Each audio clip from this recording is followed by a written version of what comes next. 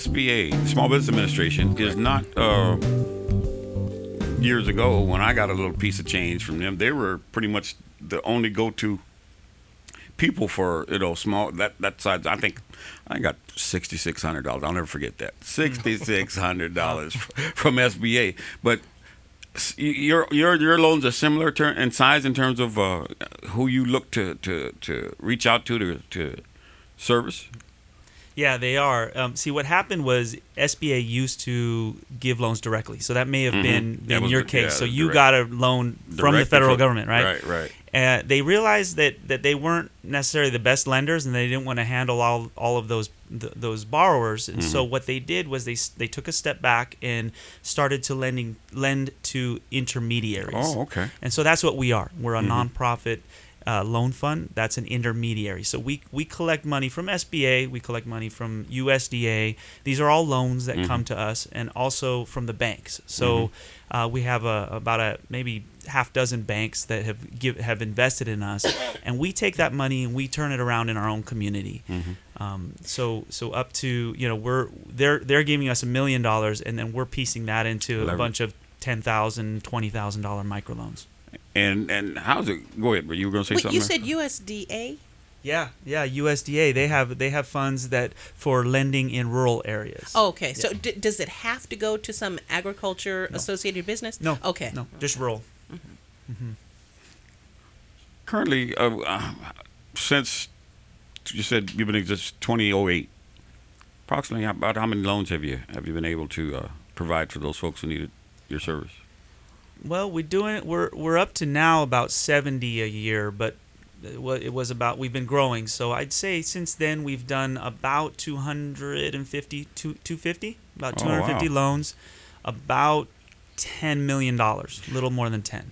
So how many people take the money and run off on you guys? What is there a percentage of folks talk to who him just about default? that. I bring him are in. you the bad cop that have to go? I am the bad cop. You got good. See, this is a unique situation. You got a good cop and a bad cop in the same room. I don't think Everybody anybody don't see the bad cop though. Yeah. Nobody sees this guy.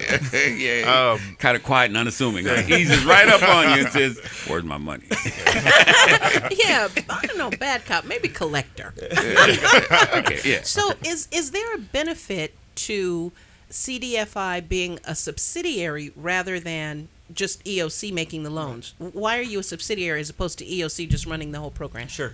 So there's a designation by the federal government which is CDFI. So to become a CDFI, or a community development financial institution, over 50% of what you do has to be in lending.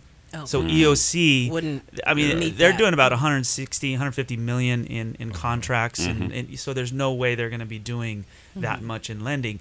So yeah, that did benefit it. It also benefits in respects to having a separate board, having a larger footprint, being able to scale in different ways than EOC would have been able to. So you have a little more flexibility. Correct. And Yeah. Okay. And then just as far as flexibility, because you may mention as far as the risk, we do deal with a lot riskier clients than the banks do. We are a lot more lenient, especially towards credit, the cash flow, and even collateral.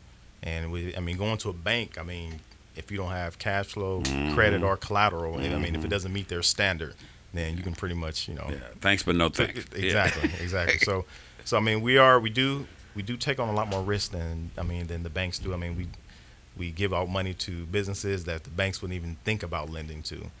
So we probably consider ourselves the creative lender for the underserved and underbanked community, because we do reach out to, the businesses that the banks won't touch. So as far as, our default rate is actually not too bad.